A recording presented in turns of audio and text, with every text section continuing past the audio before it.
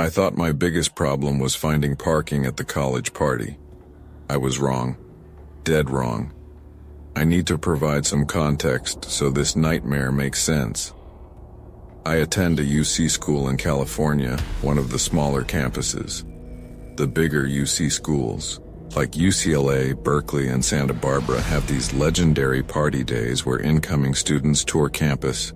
But really it's just an excuse for massive all-day ragers. Berkeley has Cal Day, Santa Barbara has Deltopia. My campus sits about 2.5 hours from Santa Barbara. Senior year, my friends convinced me to finally experience Deltopia. Hunter was driving, and Damon, Benjamin, Armin, and I packed into his car like sardines. We're all over 6 feet tall, so the cramped ride was torture, but we survived on good music and better conversation. Finding parking in Isla Vista was a nightmare until Hunter charmed a sorority girl into letting us use her spot. His sister, a UCSB junior, agreed to let us crash on her apartment floor. During Deltopia, floor space is worth its weight in gold. But there's something you need to know about Hunter. He's incredibly friendly, which means he knows everyone, including this guy named Amir. Amir is one of those people who clings to social circles without ever truly belonging. He's insecure, loud, oblivious, constantly seeking validation, and makes every conversation about himself. He'd mentioned going to Deltopia, but we never discussed meeting up. He wasn't part of our plan. We didn't even mention him on the drive down.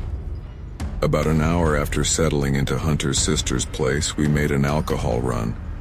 As we left the liquor store with our purchases, there he was, Amir, just standing on the curb with his hands in his pockets. We didn't say anything. We just kept walking toward the apartment, and he fell into step with us like he'd been there the whole time. "Why are you guys so surprised to see me?" Those were his first words. Was he brain dead? Of course we were surprised. There was never any plan to meet him, let alone hang out. Hunter hadn't even told him where we were staying. We ignored him and kept walking, unsure how this would play out. Things escalated immediately at the apartment. Amir asked to use the bathroom, then ran ahead when Hunter reluctantly agreed. When Hunter's sister answered the door, Amir walked right up to her. "I'm staying here," he said, stepping past her without waiting for a response. She didn't know who Amir was, just assumed he was part of our group. When Hunter realized Amir had lied to his sister, he was livid. The confrontation was brutal. Hunter told him straight up he had to leave, that he wasn't welcome, and that lying to his sister crossed a line. Amir didn't go quietly. He stood outside for 20 minutes trying to argue his way back in. Eventually he left. We got wasted after that, and Amir was all we could talk about. Later that night, we discovered Hunter had been sharing his iPhone location with Amir. He'd stalked us to the apartment. The next day was incredible. Deltopia lived up to every bit of hype. By late afternoon, we met up with 5 other friends, and all 10 of us chilled back at Hunter's sister's place. We filled them in on the Amir situation. One friend, Ryland, mentioned he had Amir's location. He checked his phone and his jaw dropped. He turned the screen toward us. The little blue dot was practically on top of us. The moment we mentioned it, the dot started moving away quickly, like someone in a car speeding off. He'd been watching us. Again. Him showing up a second time was borderline psychotic, especially after Hunter had explicitly told him he wasn't welcome. We probably should have taken it more seriously. Instead, we laughed about his weird obsessiveness and kept partying. That night after everyone crashed, I woke up randomly well after midnight. I barely had time to process my surroundings when I heard glass shattering from deeper in the apartment. I shot up, looking around. No one else was awake. Everyone had passed out completely wasted. No one else heard it. If someone had broken in, I was the only one who could do anything. I grabbed an empty wine bottle off the floor, took a deep breath, and crept toward the noise. My heart was pounding. When I entered the living room, I saw it. The sliding door to the balcony had been completely shattered.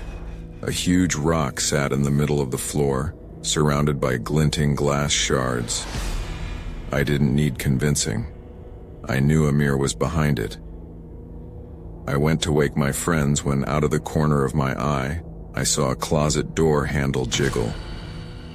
I froze, more scared than I'd been moments before. I didn't think Amir had the guts to go beyond property destruction. The thought that he'd broken into the apartment terrified me. I was about to yank the closet door open when better judgment stopped me. Instead, I snuck back to the bedroom and woke Hunter up. We walked toward the living room together, but by the time we got there, the closet door was wide open. I looked around frantically. I didn't see him. That's when Hunter reached into the closet and pulled out a massive kitchen knife. I stared in shock. Amir had been standing behind that door with a knife, probably intending to injure me. He could have ended my life if I'd opened that closet door. That was the most horrifying moment of my life. Hunter and I woke the entire house and swept every room to ensure Amir was gone. We called the police, but all that came of it was a report. They said property gets destroyed during Deltopia all the time. We were just another victim.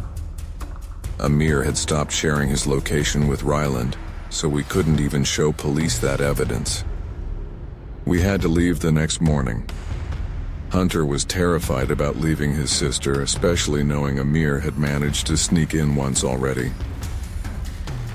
Before we got in the car, Hunter typed out a massive paragraph to Amir. I won't share what it said, but you can imagine. The message never delivered. Amir had already blocked him. We all checked our phones. We'd all been blocked. Over the next few weeks, none of us heard from him. He'd fallen off the map completely. I still can't wrap my head around this. Amir doesn't have a history of violence. I've always thought of him as passive, but he knows where all of us live. I'm still worried, even while writing this, that he's going to do something drastic. Story 2, the fake cops, they had badges. They had uniforms. They pulled us over on an empty highway, but they weren't police officers. My name is Arthi. This happened a long time ago, but I remember about 90% of the details vividly. It was late April 1996. I was fresh out of basic training, just assigned to an air base in San Angelo, Texas as a communications specialist. Being stationed in Texas was perfect. I'm from Mississippi, and part of why I enlisted was to get as far from home as possible. I was 24 years old. My closest friends on base were Sebas and Kay. Back then, the three of us were inseparable. One warm weekend in early April, Sebas proposed a road trip to Austin for a change of scenery. Kay and I were sick of base monotony, so we agreed. Kay offered to drive, so we packed her SUV and hit the road that afternoon. About an hour in, on a mostly empty stretch of highway, Sebas spoke up. "Did you guys see that car pull off the shoulder right after we passed?" I looked back. A dark-colored Tahoe trailed us at a steady distance. I hadn't seen it pull off the shoulder, but being on the highway, it wasn't exactly weird. Then Kay changed lanes. The SUV followed. She did it again a minute later. Again, it mirrored her move. I was confused until the SUV turned on its lights. Everything made sense. We were being pulled over by an undercover cop. Kay pulled over. I watched as the cop pulled in behind us. I'm observant. Processing information quickly is something I was literally trained to do. I instantly realized something was off. The guy who stepped out didn't look like any cop I'd ever seen. He wore all black tactical gear, but nothing that said police. The only remotely official thing on his uniform was a patch on his arm, with something I couldn't read. He didn't behave like a normal officer either. Instead of approaching Kay's window, he stood behind the car, waiting for something. I watched him longer and realized he wasn't just standing there. He was actively analyzing the car, looking through the rear window at our packed stuff, checking out Kay's bumper stickers, her license plate. Sebas and Kay eventually caught on to his strange behavior. Sebas rolled down his window and asked if there was a problem. Instead of responding, the officer swiftly walked to Kay's window and asked for her license and registration. Kay reluctantly gave it to him. He walked back to his vehicle and didn't return for a really long time. We started whispering about how strange this encounter was getting, but we weren't sure what to do. After what felt like forever, the guy finally exited his car. This time, 2 other men stepped out with him. I could feel my heartbeat ticking up. I did focused breathing to stay calm. The original officer walked back to Kay's window and asked if her father was in the army or something. He mentioned the U.S. military bumper sticker on her car. Kay laughed. "I'm the one in the military." "Them too," she said, gesturing to Sebas and me. The moment Kay mentioned we were all military, I noticed a shift. The guy at her window didn't say anything right away, but his body language stiffened. He glanced back at the other 2 men still standing near the rear of the SUV. Then he glanced back at Kay. Weird silence. Then he just told Kay he was letting her off with a warning. "Drive more slowly." He handed back her license and turned around without another word. All 3 of them got back in the car, and before Kay could even start her engine, the Tahoe pulled off and sped away. We were dumbfounded. Sebas couldn't stop talking about how those guys weren't real officers and would have done something shady if we'd all been civilians. There wasn't much more we could do, so Kay got back on the highway. Austin was actually a great time. By the time we got back to base, we'd forgotten about the stop. It wasn't until about a week later that I was reminded I was sitting in the rec room watching local news with Sebas when a story came on that made me freeze. Man and woman had been found dead in a ditch along a stretch of highway just outside San Angelo. The victims had been robbed and murdered. Investigators believed they'd been dumped there the night before. What really got me was the next part. The vehicle found abandoned near the scene was a black Tahoe. Police confirmed it had been reported stolen months earlier, several states away. Sebas and I instantly went to find Kay. The 3 of us agreed we had to tell the police what we'd seen. We told them everything. Part of me felt a surge of guilt for not telling them sooner. Even to this day, I think about how Kay's bumper sticker may have saved our lives. I can't help but think how easily it could have been us in that ditch if we hadn't been military. Story 3, the mechanic. He didn't want to fix my car. A stranger offered to help when my car broke down on an empty road. I handed him my phone. That was my first mistake. Pulling out the gun was his. I've always been a private person. That's why I've waited so long to share this story. I can't think of many worse things than this getting traced back to me somehow.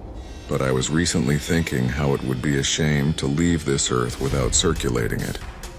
About 10 years ago, I was on a solo road trip from West Patterson, New Jersey to Fort Worth, Texas, visiting parents I hadn't seen in a while. Somewhere in the middle of nowhere, maybe Arkansas or the edge of Oklahoma, my car started acting up. I tried ignoring it, but eventually had no choice but to pull over. There wasn't much around. Just trees, open fields, and a long, empty road behind me. I popped the hood and started poking around, pretending I knew what I was doing. I didn't. I was killing time. not wanting to admit I was helpless. I figured I'd mess around a bit, then called AA. I didn't actually have AAA, so I was pissed because I knew they'd charge me an arm and a leg.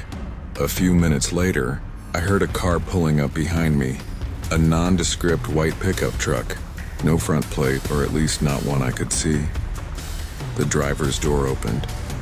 A man stepped out, mid-30s, maybe older, but worn down in a way that made him seem older than he probably was. Curly hair and a long, uneven beard that looked like it hadn't been trimmed in years. The kind of guy you could tell worked with his hands. Honestly, he kind of looked like an older version of me. Same build, same height, same hair color, just less groomed. He walked over slowly, giving my car a once-over as he approached. He didn't ask if I needed help so much as assume it. Before I said anything, he was already leaning over the engine. I told him what happened and thanked him for stopping. He said he was a mechanic, and based on how quickly he got to work, I didn't question it. After a minute or two of fiddling, he stepped back and gave the engine a look that didn't inspire confidence. He muttered something about needing a compression tester. Without it, the car wasn't going to start. Then he glanced at his truck and said his friend, another mechanic, might be able to bring one over. I had no idea what he was talking about, but he seemed genuine. I believed him. I thanked him again. He pulled out his phone, presumably to call his buddy. He froze for a few seconds looking at his phone screen, then put it back in his pocket. "It's dead," he said. "Can I borrow yours to make the call?" I didn't think twice. I pulled my phone out and handed it to him. He took it with one hand. Almost in the same motion, he reached into his jacket with the other and pulled out a gun. I instantly knew what was about to happen. He didn't say much. Just told me to sit down on the shoulder and not try anything stupid. His voice didn't shake. He'd clearly done this before, or at least thought about it enough for it to seem practiced. I did what he said. The whole thing felt strangely calm, like we were both going through something totally normal. He rifled through my pockets and took my wallet, my backpack from the passenger seat. He even had me show him the password to my phone. Then he drove off. I'd literally just been robbed on the side of the road. I'm speaking about it calmly now, but I was livid at the time. I don't think I've ever been more angry in my life. Unfortunately, there's more to this story. Much more. Someone eventually did stop and help me. After getting my car started, they even gave me directions all the way to my parents' house so I could do it without my phone. I made it to Fort Worth later that night. Given the circumstances, my visit was actually really nice. The next few weeks were a blur of canceling cards, replacing IDs, updating passwords, and basically recovering everything I'd lost. Annoying and time-consuming, but I eventually squared everything away and got on with my life. Fast forward 6 months. That's when things hit the fan. One day I got a letter from some bank I didn't recognize, addressed to me, thanking me for opening a new line of credit. I figured it was a scam. Junk mail. Then another one came. This time from Best Buy with a card I'd supposedly opened and already racked up over $1,000 on. The charges were all from a random town in Tennessee. That's when it hit me. My Social Security card was in my wallet when I got robbed.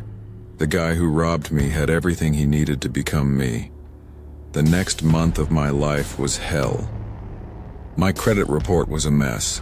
Hard inquiries, new cards, balances I didn't spend. Every day there was something new. I filed a report with the FTC, placed fraud alerts on all 3 credit bureaus, froze my credit. I went to the police and gave them everything, but without a name or license plate, they couldn't do anything. I filed a formal report anyway for a paper trail. I called local police departments in each town where fraud occurred. I followed every step, but it wasn't enough. Things kept escalating. Whoever was stealing my identity was extremely cautious. A few weeks later, my health insurance provider called. Someone had received emergency care under my name at a hospital in Georgia. There were now medical records in my file that didn't belong to me. Stuff that could screw me over if I ever landed in the hospital and couldn't speak for myself. I reported everything to police again, but that was the last straw.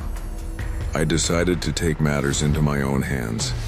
I transformed my whole lifestyle and spent every ounce of free time trying to track down the perpetrator myself. Google alerts for my name in cities tied to the fraud. Constantly checking my credit report, scanning forums and social media. One night on a whim, I started checking Craigslist.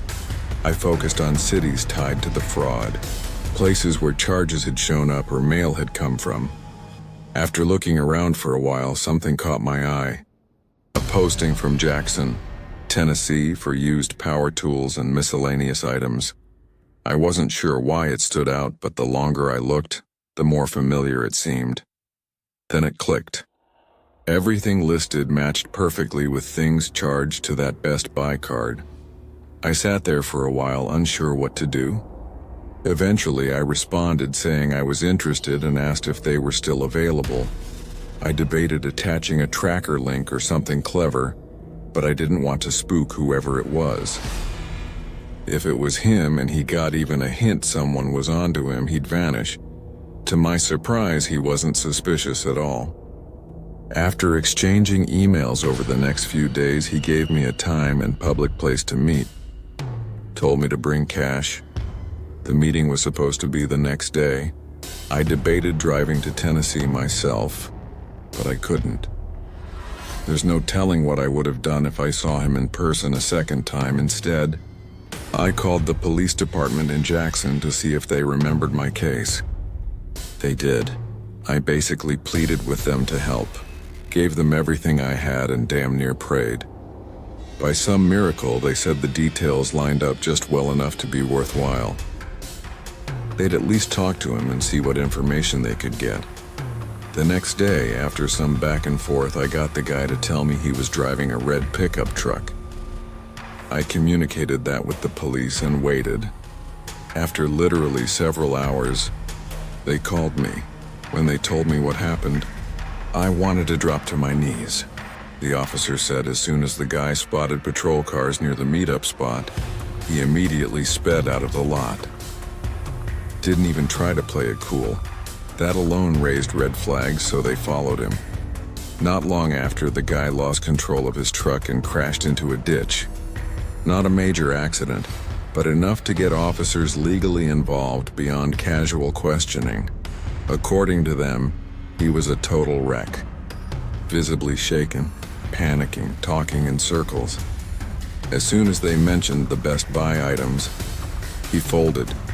He admitted he didn't know where the stuff came from, that it wasn't his, that a friend had given it to him and he'd decided to resell it. It could not have been more perfect. The guy ratted out his friend. With his cooperation, police acquired enough evidence to arrest the real perpetrator. I've never felt more relief in my life. I'm keeping things vague from here, but the guy who robbed me wasn't acting alone. Turns out there were 3 of them total. The craziest part? I wasn't the only victim.